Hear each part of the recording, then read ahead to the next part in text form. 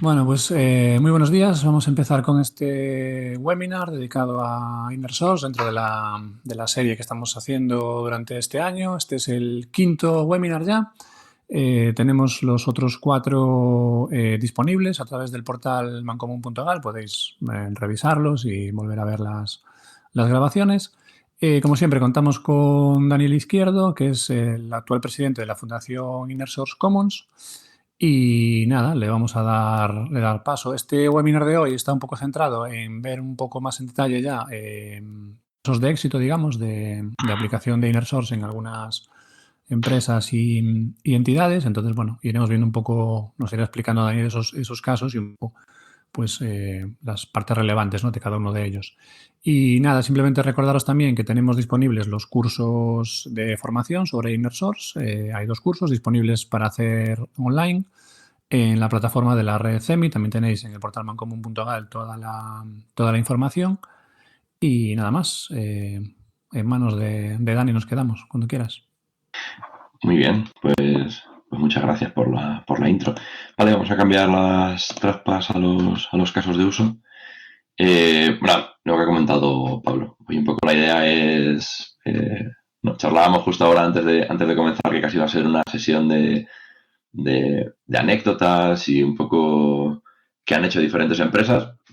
Podemos hablar de diferentes empresas porque lo han hecho público, entonces en realidad lo que estamos haciendo es lanzar punteros, ¿no?, a casos de uso existentes que han comentado, etcétera, etcétera. Y un poco la sesión de hoy es pues ir alrededor, ¿no?, a lo largo y ancho de algunos de ellos, los más relevantes y un poco también experiencias propias que haya podido tener dentro de, ¿no?, de esta parte de Innersource o como por la parte de consultoría de Innersource. Entonces, bueno, casi por hacer una pequeña no hincapié, si hay alguien que esté viendo este webinar, digamos, desde cero y no sabe de lo que estamos hablando, pues Innersource consiste en aplicación, ¿no? La definición sería la aplicación de las mejores prácticas de desarrollo de software libre dentro de las grandes organizaciones. Y esto implica principalmente una serie de cambios en la manera de funcionar, ¿no? En uno de los problemas principales que tienen las grandes organizaciones que estamos viendo es que producen, entre otras cosas, una y otra vez trozos de código, software que es bastante similar entre sí. Y claro, si pensamos un poco, ¿no?, en la casuística de estas grandes organizaciones, pues tenemos que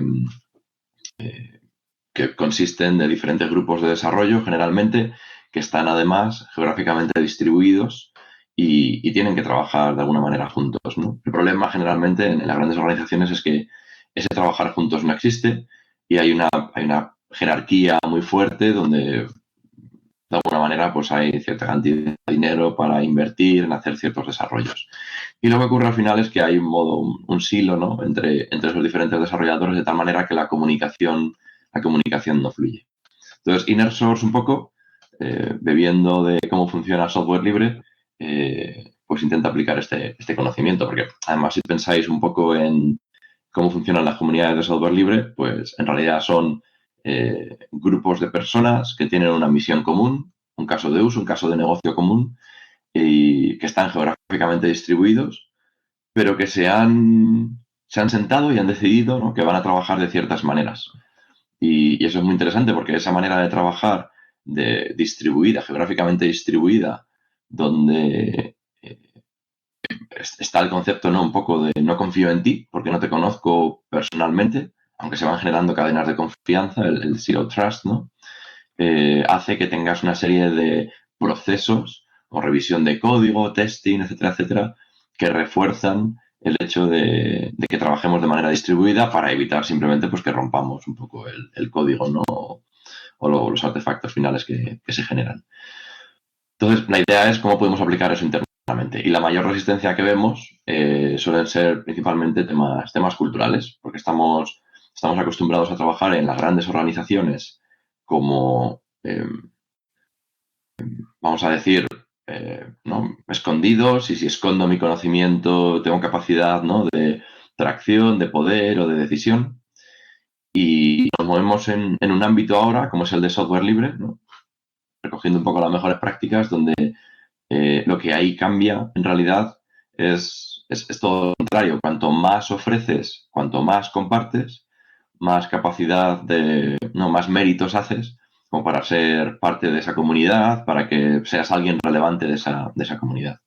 Entonces, un poco cogiendo esa manera de funcionar, pues lo que veis ahora en pantalla son un poco los principios, podemos decir, fundacionales de Inner Source, y están basados en la Fundación Apache. O sea, tampoco estamos aquí inventando nada nuevo. Lo que estamos intentando hacer es aplicarlos dentro de las grandes empresas.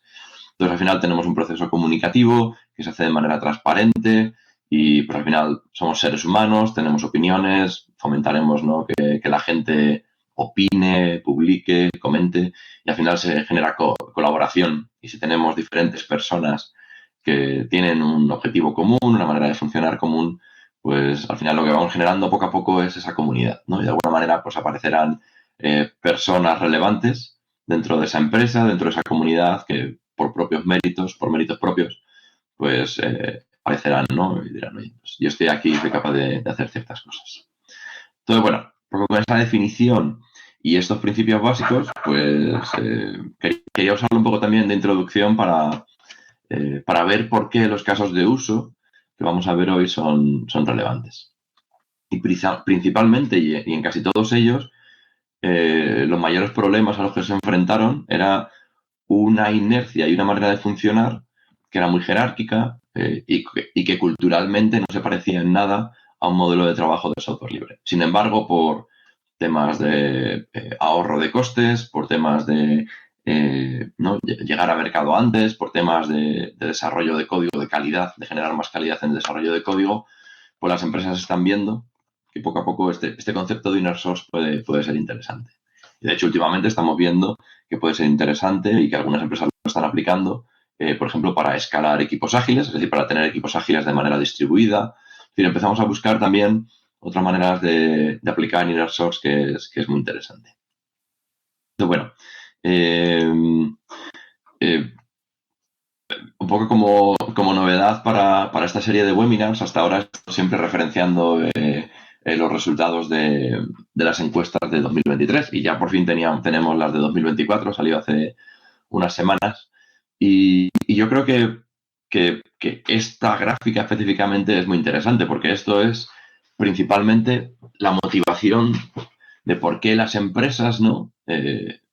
Bueno, por un lado la motivación, pero por otro lado cómo están aplicando, cómo parece que funciona, ¿no?, esto de los proyectos de Inner Source dentro de organizaciones. Entonces, alguno de estos, de estas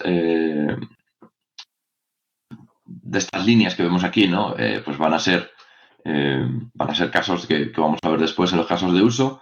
Pero vamos, vemos, por ejemplo, en la primera línea principalmente para herramientas internas y bibliotecas de código, básicamente artefactos que sean usados de manera común a lo largo y ancho de la organización, pues algo tipo servicios centrales y tal, que tiene que ofrecer servicios al resto de la organización, suelen ser muy típicos. Proyecto de DevOps, proyectos de plataforma, platform engineering, documentos como código, es decir, tenemos cosas que parece que atañen de una manera a toda la organización, ¿no? Proyectos que son parte de diferentes divisiones, unidades de negocio, proyectos que comienzan desde abajo, digamos grassroots, ¿no?, un poco desde el nivel de desarrollo. Veremos luego que este es uno de los ejemplos, por ejemplo, de Nike, o en el caso de DevOps de la BBC, que es otro de los ejemplos que traemos hoy. Tenemos otra línea que es muy interesante, que es la parte de proyectos que de alguna manera puedan llegar a ser software libre en el futuro, de tal manera que lo que hacemos es cambiar, ¿no?, un poco la manera de funcionar a nivel de procesos, de herramientas y culturalmente dentro de la empresa para simplemente estar listos, ¿no?, para publicar esto como software libre. Proyectos estratégicos, de nuevo, que vengan muy de arriba. Problemas con gestión de geografías, ¿no?, para tener capacidad de colaboración entre diferentes geografías, proyectos de inteligencia artificial, en este caso, y bueno, hay algunos más, ¿no? En realidad yo creo que define muy bien los diferentes aspectos en los que la gente está probando simplemente a decir, bueno, ¿qué pasa si colaboramos, ¿no? Por ejemplo, en el caso de DevOps, es muy interesante porque lo que estamos haciendo es, ¿no?, un poco la política de DevOps, vamos a decir, o la manera de funcionar es, bueno, pues vamos a ingenierizar todo el proceso una vez que tenemos el código fuente en la rama principal y luego además pedimos de alguna manera, ¿no?, que esto sea trabajo de todos en el sentido de que todo el mundo pues coja el ownership, ¿no? Entonces no es solo la parte ingenieril, sino la parte de compartir, de dar esa capacidad de ejecutar, de tener también equipos end-to-end, podemos decir, ¿no?, de inicio a fin para generar valor de alguna manera. Y entonces DevOps es, bueno, muy simplificado, ¿vale? Tampoco vamos a cogerlo con pinzas esta definición de DevOps. Pero bueno, la parte que principalmente es importante para la parte de Inner Source es, bueno, pues tenemos una línea común, ¿no?, para hacer CI/CD y DevOps pues ayuda bastante en esa línea. Entonces, bueno, simplemente que tengáis en cuenta también todas estas principales. Y luego, finalmente, yo creo que es muy relevante también dar un poco una visión de cuánto apoyo, en este caso, cuánto apoyo económico o de tiempo de personas están en nuestras organizaciones. Recordad que estamos, un poco el objetivo de estos cursos y también de los webinars es cómo podemos aplicar esto dentro de medianas y pequeñas empresas, pero principalmente estos ejemplos y estas respuestas vienen de grandes empresas. Entonces, es muy interesante porque en realidad no hay tantos recursos que están aplicados dentro de las oficinas de Inner Source o a la hora de empezar con Inner Source. Y un poco en experiencia personal también, generalmente suelen equipos de 1, 2, 5 personas como mucho. En algunos casos puedes tener equipos mucho más grandes, pero generalmente suelen ser, ¿no?, como veis, la mayor parte de las respuestas, lo que está ocurriendo es que, aunque sea un 22%, pero es casi un poco más de una quinta parte, Inner Source de alguna manera es algo que viene de arriba, pero aún así no hay recursos específicos para que eso se lleve a cabo. Entonces, al final, las propias personas dentro de la organización, en su tiempo libre, comentan aquí, pues intentan llevar a cabo esta iniciativa. En el caso de un 18% hablan de tener una persona a tiempo completo. Para una organización muy grande tampoco que sea una gran cantidad de recursos. Y en otros casos, pues un 16%, por ejemplo, tenemos más de una persona dedicada al rol de Inner Source y bueno, veis un poco más adelante, ¿no? Esto es interesante porque una de las partes buenas de Inner Source, como hemos aprendido a lo largo y ancho, ¿no?, de estos webinars, es que se quiere trabajar de manera asíncrona. Y para trabajar de manera asíncrona tenemos que dar las herramientas y el conocimiento a todas las personas que están por ahí fuera. Esto tiene un poco hay una línea común en todos los casos de uso que es básicamente qué conocimiento tenemos que generar para que esto sea importante, para que esto sea suficiente para terceras partes para que puedan contribuir, ¿no? Y es un poco la parte que también un poco veremos en estos casos de uso. Entonces, a nivel de cómo aplicar esto a medianas y pequeñas empresas, pues veréis que en realidad tampoco hay tantos recursos compartidos. Es más, tener uno o dos roles un poco para, ¿no?, dinamizar y hacer que tenga sentido todo esto a alto nivel, ¿no?, dentro de la organización, pero a nivel de organización, en realidad, la mayor parte del trabajo lo van a hacer desarrolladores o gestores, mandos intermedios. Lo que pasa es que les tenemos que dar las herramientas para que puedan trabajar entre ellos, ¿no?, y que se puedan romper esos hilos de entrada. Entonces, bueno, avanzando un poquito, pues quería empezar principalmente con PayPal, que al final es un poco la empresa donde salió todo esto, ¿no? Aquí, bueno, hay muchos vídeos de Denise Cooper, que es la fundadora de Inner Source Commons, y un poco el movimiento que hay hoy en día, que comenzó en PayPal, pero Denise fue contratada específicamente para llevar la oficina de software libre, ¿no? Pasa que con el tiempo pues se dieron cuenta dentro de PayPal de que esto de oficina de software libre no tiene ningún sentido que exista si no hay un conocimiento interno previo de qué es esto de software libre, ¿no? Y un poco cuando empiezas a hablar, ¿no?, empezaron a mover el concepto internamente, se dieron cuenta después de que tenían un problema bastante grande y era que estaban generando, de nuevo, software, ¿no? PayPal es una empresa muy grande y tiene un conjunto de desarrolladores a lo largo y ancho del mundo, pues estaban generando básicamente trozos de código de manera recurrente, ¿no? Software de manera recurrente, que era bastante parecido. Entonces, eso era muy ineficiente. Y de hecho, la primera vez que vi una presentación sobre qué era Inner Source, yo creo que fue en un evento que ocurría a la vez, era un meetup, digamos, después de FOSDEM. FOSDEM es esta conferencia de software libre hecha por desarrolladores de software libre para desarrolladores de software libre en Bruselas a principios, primer fin de semana de febrero. Y era un evento, pues un meetup que había por allí. Y me apunté. Entonces, literalmente la primera transparencia que puso en pantalla era una imagen de un silo, los silos de grano, ¿no? Donde se guarda, digamos, el grano que se cosecha. Y un poco usando esa analogía de esto es una gran empresa. Es decir, tenemos varios silos de conocimiento, en este caso, donde no existe comunicación por la parte de abajo, pero sí existe comunicación por la parte de arriba. Y la problemática actual, ¿no? Un poco lo que comentaban, que ocurría en PayPal y ocurre en cualquier otra empresa, es básicamente que si queremos forzar que ocurra algo, esto tiene que ocurrir a través de la parte de arriba, que es donde los hilos existe esa comunicación, ¿no?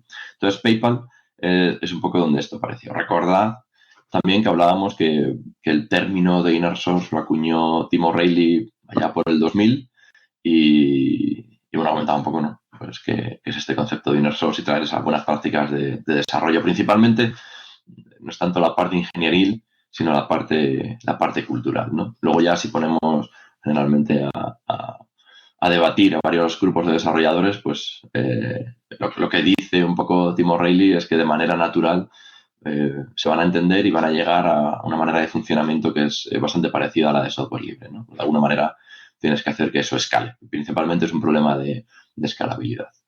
De hecho, otro de los problemas a los que se enfrentaron, pues en realidad es que no, veíamos también en el último webinar que la mayor parte de la manera de funcionar hoy en día, podemos decir, es procesos de desarrollo ágil. Para alguna definición de agilidad. Pero bueno, tenemos pequeños grupos de desarrollo, desarrolladores que trabajan en sprints. Vamos a usar el término ágil en el sentido de que podemos cambiar rápidamente de foco, poner prioridad en una cosa u otra, ¿no? Antes de ir de un modelo más en cascada. Y la parte en PayPal lo que ocurrió en realidad es que empezaron principalmente un poco lo que comenta siempre Denise Cooper, es que empezaron a permitir ciertas cosas, ¿no? Y empezaron principalmente, y yo creo que es uno de los espacios principales, dar espacio a los desarrolladores para tomar decisiones. Para fallar, ¿no? En el sentido de, vaya, pues esto no ha funcionado, pero también para probar. Y entonces empezaron a contratar también a gente especializada en otras áreas. Y entonces, pues, este caso de uso que tienen específicamente es cómo llevar de manera muy rápida y hacer crecer en la empresa ese conocimiento desde tecnología que tenían Java a tecnología en JavaScript. Y lo que hicieron, pues en parte fue contratar ese conocimiento, es decir, pues contrataron por ahí fuera y dijeron, oye, pues esta persona tiene conocimiento de cómo funcionan las comunidades de software libre y además tiene este conocimiento de JavaScript. Y luego, con el tiempo, pues alguien internamente empezó a decir, oye, vamos a hacer esto en Java, vamos a hacerlo en JavaScript y además aquí tenéis un ejemplo, ¿no? Y eso al final lo que hizo fue empezar a generar cierta atracción, porque claro, pues también desde el punto de vista de desarrollo, de desarrolladores, estrategia que siguió esta persona fue, ¿no? O a nivel de por qué fomentar este tipo de prácticas, pues cogieron, ¿no? La idea de, pues esta tecnología es muy interesante, es novedosa, ¿no? Los frameworks de JavaScript que salieron hace ya unos cuantos años, pero tú como desarrollador lo que quieres hacer es probar nuevas cosas, ¿no? Tratar esa tecnología, hacer. Entonces, de repente hubo una especie de migración de interés, no digo esfuerzo, pero al menos interés hacia esas nuevas tecnologías que estaban desarrollando dentro de PayPal. Y de repente pues, se dieron cuenta que tenían una comunidad, que trabajaban de ciertas maneras, había que escalar esa comunidad y había que dar un poco las herramientas y los procesos. Y básicamente, a través de dar más espacio a los desarrolladores, permitir esa capacidad de innovación un poco, ¿no? A esos desarrolladores y permitir cosas nuevas, sembró un poco la base, ¿no? de toda esta nueva manera de funcionar y romper silos de desarrollo. Porque luego lo que se dieron cuenta era básicamente que no tienes expertos en JavaScript solo en una esquina de la organización. tienes gente que sabe JavaScript en muchas otras áreas de la organización. Y eso es, si recordáis, ¿no?, los principios básicos de Inner Source, que vienen de la Fundación Apache y, bueno, del software libre en general, pues hemos de ser transparentes. Y es aquí donde llegamos al punto donde, gracias a esos canales de comunicación en abierto, gracias a esa transparencia, pues llegas al punto donde la gente empieza a conocer que esa iniciativa está. Y la siguiente pregunta que tienen es: ¿cómo puedo participar ahí? ¿Cómo puedo trabajar para esa unidad de negocio? ¿Y cómo puedo, o sea, además estoy en nuestra zona geográfica, ¿no? Entonces, bueno, es un poco este tipo de cuestiones con las que trabajaron PayPal y con las que empezó todo esto. Y el siguiente paso, pues, la decisión un poco de Dennis Cooper fue: eso tenemos que ir a contarlo fuera, ¿no? Aparte de que esto funcione y no parezca que funcione muy bien en PayPal, tenemos que ir a contarlo fuera. Y es cuando empezaron a mover, ¿no?, un poco esta idea de el concepto de montar Inner Source Commons y juntar a un grupo de personas y grandes empresas que puedan tener problemas parecidos y ver si realmente eran problemas que solo tenía PayPal o eran problemas que existían en otras empresas. Y en realidad lo que ocurría era que eran problemas recurrentes en otras empresas. Y es un poco todo el movimiento fundacional, vamos a decir, de Inner Source Commons, y como PayPal pues fue un poco el primero en la línea. Hay un enlace que veis ahí que se llama Getting Started with Inner Source, que es básicamente esta historia. Entonces, yo os recomiendo, es un librito de estos típicos de O'Reilly. Este es Understanding the Inner Source Checklist. Pero este específicamente es muy interesante porque cuenta esta historia, más páginas, hay como es un librito de 20, 30 páginas, creo que es, y cuenta en realidad esta historia de los inicios, por qué les funcionó, por qué los retos a los que se enfrentaban, ¿no?, y ese tipo de cuestiones. Entonces, por la parte de PayPal es muy, muy interesante. Y luego, claro, PayPal está en un mercado muy interesante, porque si pensáis un poco qué es lo que vende PayPal, pues PayPal vende seguridad. Te vende la seguridad de que tu dinero pues está seguro, eres capaz de hacer transferencias, ¿no? Pues un poco, o sea, al final el producto puedo hacer pagos, puedo hacer transferencias, ¿no?, puedo pagar a plazos, por ejemplo. Ahora hay por ahí publicidad, pero en realidad PayPal lo que te está vendiendo es seguridad. Y eso es lo que te venden los bancos, ¿no? Entonces, de repente, tienes PayPal, que aparentemente es un competidor muy, muy potente, ¿no? Te aparece de repente de la nada, y es porque PayPal ha conseguido posicionarse ahí y ser capaz de escalar la tecnología a través también de modelos de trabajo de Inner Source. Y eso es muy interesante para el resto de bancos, porque al final un banco, pues de alguna manera tiene que ser un modelo de negocio conservador, ¿no?, en cierta manera. Y esto hace que sean siempre los mejores segundos, ¿no?, que adoptan tecnología o maneras de funcionar. Entonces, una vez que dicen: tenemos aquí un caso de PayPal, que además es un competidor en ciertas áreas del banco, ¿no?, pues ¿por qué no vamos a probar esto en los bancos? Entonces, bueno, pues hay varios ejemplos por ahí fuera de otros bancos en diferentes partes del mundo que dicen públicamente que están haciendo esto. Hasta el punto de que hay una fundación que se llama FinOS, que es sobre banking y fintech, donde hay un grupo específico de interés sobre Inner Source. Es decir, FinOS es básicamente banca y fintech en software libre, pero como Inner Source es ese camino, ¿no?, hacia hacer crecer a los equipos de manera, vamos a decir, desde el punto de vista cultural, ¿no?, y de procesos, a un modo de trabajo más parecido al software libre, pues hay ese grupo de trabajo para entender un poco cómo eso puede funcionar. Y ahí están, si vais a Finos, están representados los grandes bancos del mundo. O sea que es algo que ya, digamos, está ocurriendo y lleva varios años ocurriendo. Eso, Finos Foundation es una fundación se unió hace poco a la Fundación Linux. O sea que si tenéis algo de interés, pues podéis ir allí y brujulear a ver qué hay. Entonces, bueno, yendo un poco al siguiente ejemplo, pues quería mencionar el ejemplo de Bosch. Y Bosch es también una empresa muy conocida. En este caso, la persona, ¿no?, la cara que es reconocible es la de Georg Kruter, que es board member de Inner Source Commons. Y esta charla específicamente es una keynote que dio. Pero vamos, hay muchas. Dibujáis su nombre básicamente y Bosch e Inner Source, aparecerá, veréis o transparencias, o vídeos sobre él contando un poco su experiencia y la experiencia de Boss.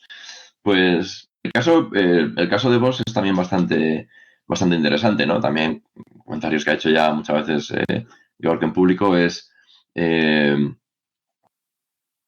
el nombre en clave que comenzaron a usar se llamaba Boss Internal Open Source, que es básicamente el nombre en clave de BIOS. Y lo llamaron así, Internal Open Source, porque no sabían que existía algo que se llamaba Inner Source. De hecho, Boss empezó a hacer, y lo comentó también, ¿no? Este concepto de BIOS internamente antes, incluso de que el movimiento o incluso de que PayPal comenzara con esta línea. Lo que pasa es que, bueno, pues, públicamente, digamos, ha sido PayPal el que ha aparecido, ¿no? O Dennis Cooper, el que ha hecho todo el movimiento fundacional. Pero desde el punto de vista de Boss, pues básicamente los problemas que tenían eran muy parecidos. En este caso, ¿no? Igual que en PayPal hablábamos que el caso de aplicación era principalmente en proyectos que ya estaban en producción, para hacer crecer, ¿no? Para que fuera mucho más rápido. Creo que hablan, de hecho, si no recuerdo mal, del sistema de pagos y tal. En Boss, el foco principal que tenían era en la línea de innovación. Es decir, tenemos eh, bueno, pues, típico, ¿no? Investigación y desarrollo en una gran empresa.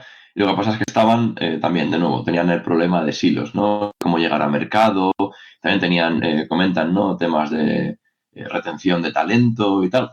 En realidad son problemas que tienen todas las grandes empresas hoy en día y que llevan arrastrando, ¿no? Hay una falta de talento. O sea, cualquier empresa pues tiene este problema, ¿no? Dentro de temas de IT.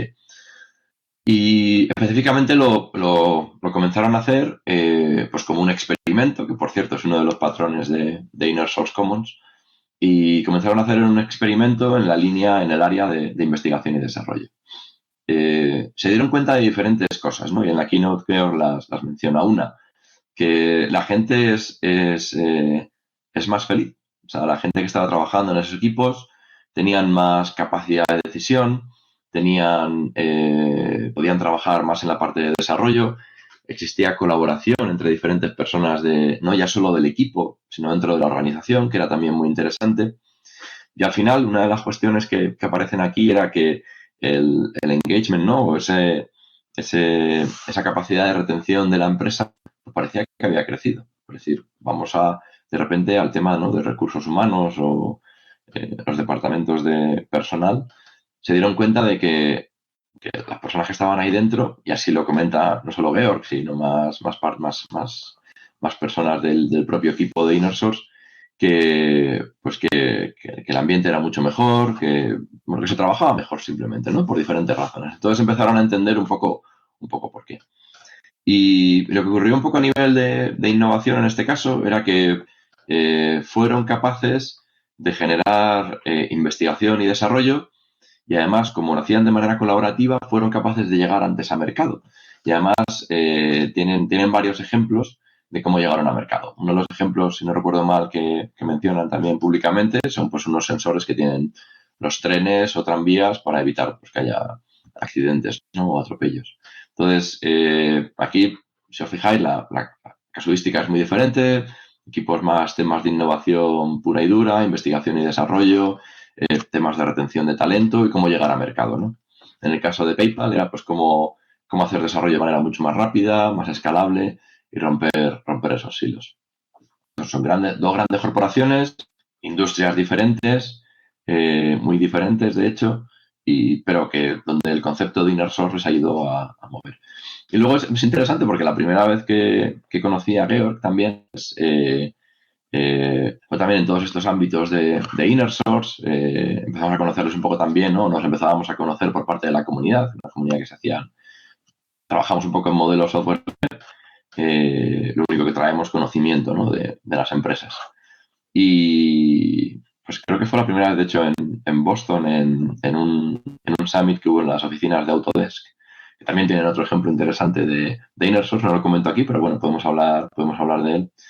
Y pues nada, pues comentaba un poco todos estos ejemplos y también esa idea, ¿no? De que, oye, nosotros estábamos usando ya este concepto de Inner Source, pero no lo nombrábamos como tal, ¿no? Pero bueno, cosas que pasan, ¿no? Se va conociendo a la gente. Avanzando un poquito, quería comentar también el caso de Santander, ¿no? Santander, banco que nació en España, y el caso principal del Santander, lo comenta en este vídeo y más vídeos Jesús Alonso, pues básicamente lo que comentaban es, oye, pues mira, tenemos diferentes equipos de desarrollo, es decir, queremos hacer un desarrollo común a lo largo de Europa, pero la manera de funcionar inicialmente del Banco Santander es, me cojo un trozo de código, ¿no? Un software, y lo implanto en un país, y luego en otro, y luego en otro, y luego en otro. Pues, ¿qué pasa si en lugar de eso somos capaces de colaborar entre los diferentes países para llevar a cabo este desarrollo? Bueno, pues es un poco esa capacidad, ese problema, ¿no? No es tanto a nivel de organización, si entra a jugar ese concepto de romper silos de desarrollo. Quizá no sea tan importante en este caso la parte de cambio cultural, pero sí tenemos que, ¿no?, ser capaces de permitir que los desarrolladores y los product owners y mandos intermedios hablen entre sí, aunque sean de diferentes países, ¿no? Y eso es también muy interesante. Entonces, bueno, pues definieron un poco una versión core del producto y luego pues existía una serie de localizaciones entre los diferentes países. Bueno, pues aquí también, si buscáis Jesús Alonso, Banco Santander, Inner Source, pues aparecen 2 o 3 community calls y también mencionan un poco su caso de uso. Aquí en el caso de desarrollo, pues, comenta que era una aplicación de móvil, o sea que también la tecnología es diferente, de nuevo la industria es muy diferente, es banca. También empezamos a entrar, si os fijáis, en entornos muy regulados. De hecho, uno de los problemas que existían era, pues, yo tengo que trabajar de este modo, ¿no? Un modo donde comparto, pero yo tengo un regulador en mi país que me está diciendo que no puedo compartir. ¿Cómo hacemos esto, no? ¿Cómo funciona esto? ¿Qué tenemos que hacer? Entonces, tuvieron incluso que hablar a nivel de regulación con los reguladores para decirles, bueno, ¿cómo podemos hacer esto? ¿Cómo podemos mejorar los procesos internos? Entonces, eso también es un poco esos equipos de desarrollo y cómo hacer crecer también a los equipos ágiles de desarrollo, porque además justo cuando empezaron este proyecto fue la pandemia. Entonces, esto obligó a todo el mundo básicamente a irse a casa. Y eso fue también muy interesante porque a la vez que funcionaba este proyecto de Inner Source, de repente tienes a todo el mundo en remoto. De repente tienes a todo el mundo geográficamente distribuido. Aunque esté muy cerca, ¿no? Físicamente. Pero tienes a todo el mundo geográficamente distribuido. Entonces, esa manera como que de manera natural surgió la problemática y el hecho de funcionar de este modo. Entonces, bueno, si tenéis más interés, os recomiendo que echéis un vistacillo aquí también. Nike, un retailer, ¿no? Empresa que vende ropa, podemos decir. Venden más cosas ahora últimamente, pero por eso es conocido, ¿no? Y en este caso Nike, la charla que tenéis aquí es de Russ, que es ahora mismo el actual director ejecutivo. Y bueno, es una charla que dio en Fox Backstage, es una conferencia que tiene lugar todos los años en Berlín. Y un poco lo que siempre ha comentado y ha contado Russ es un poco su experiencia sobre cómo montar desde abajo una iniciativa de Inner Source. En este caso, ¿no? Un poco si habéis leído los libros de Getting Started with Inner Source y otras historias parecidas, pues lo que se busca es un poco tener soporte de la parte de arriba, es decir, mandos altos dentro de la organización, chief level, si puede ser, para que te den soporte, puede ser o bien estratégico, o bien monetario, o bien de equipos, recursos, etcétera, etcétera, y luego la parte de abajo a nivel de desarrolladores. Puede ser que solo tengas uno de los dos. Lo que va a ocurrir es que si viene de arriba, esa implementación va a ser más rápido, aunque quizá culturalmente va a ser más complicada. Y además las empresas, ¿no? Y todos nosotros tenemos ciertas maneras de funcionar, tenemos cierta inercia, que en cuanto nos quitan, nos fuerzan esas maneras de funcionar, pues nos obliga no nos obliga, pero la inercia nos vuelve hacia nuestra manera antigua de funcionar, ¿no? Cada uno de nosotros pues tenemos nuestras propias cosas. Y en el caso de Inner Source, en el caso de Nike, lo que ocurrió es que solo tenían la parte de abajo. Es decir, o Russ fue capaz de crear un movimiento por abajo para que entre los diferentes desarrolladores empezaran a hablar entre ellos y existiera esa comunicación. Es decir, los silos, tal cual lo vemos, ¿no? Recordar la imagen de los silos, pues solo existe comunicación por la parte de abajo. Pues Russ lo que fue capaz de crear fue comunicación perdón, por la parte de arriba, Rush lo que fue capaz de crear fue comunicación por la parte de abajo. Es decir, empezó desde abajo, grassroots, básicamente, a generar esta actividad. Y un poco lo que comenta siempre es ese movimiento un poco cultural, podemos decir, a nivel de desarrollo, de buenas prácticas, comunicación en abierto y transparente entre los diferentes desarrolladores para poder llevar a cabo ese trabajo, ¿no? dentro de Nike. Antes de saltar, por cierto, he mencionado Autodesk. En su momento estaba en la oficina, bueno, no recuerdo si había oficina de software libre dentro de Autodesk, en aquel momento estaba Guy Martin. Y también el ejemplo que siempre menciona, que también ha mencionado en público, es el de somos Autodesk, ¿no? Hacemos diferentes software para diferentes cuestiones. Y la cuestión, ¿no? O el problema que tenían encima de la mesa era que cada uno de los productos que tenían o que tienen en Autodesk tenían sus propios equipos, incluso sus propios equipos de diseño. Entonces, al final tenían al final del día un producto X, el que fuera, y un producto B, y el que fuera, donde incluso el logo para guardar, por ejemplo, el típico disquete que aparece, era diferente. ¿Qué sentido tiene esto? Entonces, a nivel de por qué no empezamos, aunque sea teniendo diseños iguales, comportamientos iguales, predecibles, en todas nuestras herramientas a lo largo y ancho de la empresa. Bueno, pues es básicamente el caso de uso que tenía Autodesk en este caso para comenzar con Inner Source. Ya lo he mencionado antes por seguir con ello.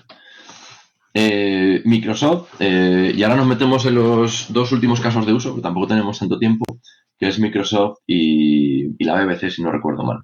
Creo que no tengo ningún otro caso de uso. En ambos casos de uso, principalmente referencian DevOps.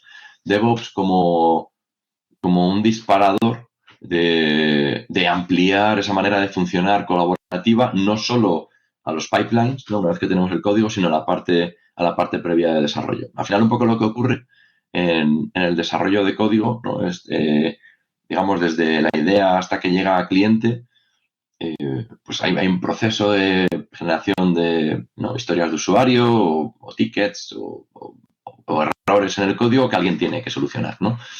Y esa manera de solucionar, pues con Inner Source, lo que se dice es, pues, tenemos un backlog que está abierto, es público, es transparente dentro de la organización, es decir, es privado, no es software libre. Y cualquiera dentro de la organización podría ir y coger ese ticket, analizarlo y desarrollarlo, si tiene el conocimiento suficiente, ¿no? Entonces, ¿por qué no dar esa capacidad? DevOps, en un principio, se centra solo en el momento en el que ese código que hemos mencionado antes llega y aterriza en nuestro repositorio de código. Y es en ese momento donde se ingenieriza todo ese proceso para tener pipelines que automáticamente pasen los tests, generen los artefactos, lleguen hasta donde tenga que llegar a clientes, si es que podemos llegar a clientes, ¿no? Inner Source lo que está diciendo es, bueno, ¿y por qué no aplicamos buenas prácticas e ingeniería en la parte izquierda del desarrollo? Es decir, toda esta parte de tener el backlog, desarrollos, desarrolladores, testing, code review, etcétera, etcétera.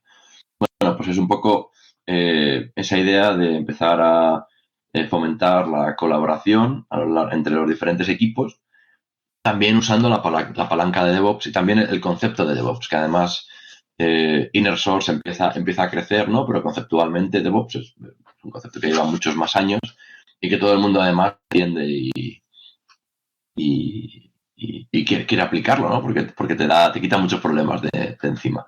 Pero culturalmente se parece bastante a la parte de Inner Source. Entonces, bueno, Microsoft en este caso empezaron a usar el concepto de dojo, ¿no? Que son básicamente lugares donde la gente viene a aprender, donde se comparte y de manera transparente se van generando esas pequeñas comunidades dentro de la organización y un poco a partir de aquí cómo ese movimiento fue creciendo. Entonces, como a través de los dojos dentro de Microsoft aparecieron. Esto, si queréis echar un vistazo, porque al final lo estoy mencionando de manera muy rápida, tampoco tenemos mucho tiempo, tenéis en la URL, ¿no? En innersourcecommons.org/stories/Microsoft tenéis la historia. Básicamente lo que hicimos dentro de la fundación fue hacer una serie de entrevistas para recoger toda esa información y generar un caso, bueno, pues un caso de uso que pueda ser replicable. Y un poco la misma idea no es la misma idea o el mismo concepto de dojo, pero una idea bastante parecida, tuvieron también en la parte de la BBC. En este caso, la parte de la BBC con Tom Sattler y Steph Egan dieron la charla en Continuous Delivery Foundation, creo que CD es Continuous Delivery. Hablaron pues justo de esto, ¿no? De Continuous Delivery e Inner Source. Y es un poco la misma idea, tenemos algo que se llama DevOps y que conceptualmente es muy interesante. En el caso de la BBC, no sé si conoceréis un producto para usuario final que se llama iPlayer. Solo puedes usar en el Reino Unido, pero básicamente te sirve para ver pues la BBC, los diferentes canales y tal a través de Internet. Entonces, bueno, pues toda esa parte tiene mucho desarrollo del frontend, del backend, etcétera, etcétera. Y es ahí donde empezaron como primer lugar para aplicar Inner Source. Hay otra charla muy interesante de Tom, que es básicamente cómo aplicar Inner Source en un entorno monolítico, es decir, tienes todo todo el código en el mismo sitio, y cómo poder fomentar esa manera de funcionar de forma colaborativa. Entonces, bueno, os recomiendo también que echéis un vistacillo al ejemplo de la BBC. Vale, hemos mencionado varios ejemplos. En realidad, ya casi terminando la charla, lo que ha sido casi un listado de punteros con algunas pequeñas píldoras, ¿no? Os recomendaría que echáis un vistazo a la página de Community Calls, porque cada mes tenemos una o dos Community Calls donde viene gente de diferentes empresas y cuentan un poco pues, su experiencia, sus casos, su problemática, no tienen por qué ser siempre soluciones. Y varios de los ejemplos que hemos mencionado hoy pues están también en Community Calls, ¿vale? Y después está este libro, que es el de Adopting Inner Source, que tengo también por aquí, que lo podéis descargar dentro de la página de Inner Source Commons, como podéis ver aquí, y habla de un poco más en profundidad de 5 casos, ¿no?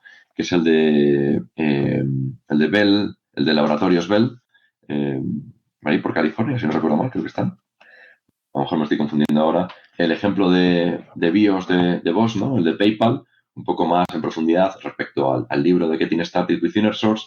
Europace, que es una empresa de tamaño medio que está en Alemania. Y finalmente el de Ericsson. ¿Vale? Entonces hay varios ejemplos, son públicos, están preparados. Y después también si queréis echar un vistacillo, hay otro libro que os recomiendo que echéis un vistazo, que es el de Understanding the Inner Source Checklist, que de nuevo también está dentro de Inner Source Commons, y es literalmente un checklist de actividades para ir tratando el tema de Inner Source. Y básicamente cualquiera de los casos de uso que hemos visto hoy, o cualquiera de los casos de uso que podéis ver en las Community Calls o en Adopting Inner Source, no es que haya usado este libro, pero sí que ha usado un paso básicamente, o han tenido que tener cosas muy parecidas, ¿no? Entonces, este libro de Understanding the Inner Source Checklist es muy bueno para tener un compendio de qué cosas no se tienen que olvidar en el caso de que empiece, ¿no?, mi aventura de Inner Source.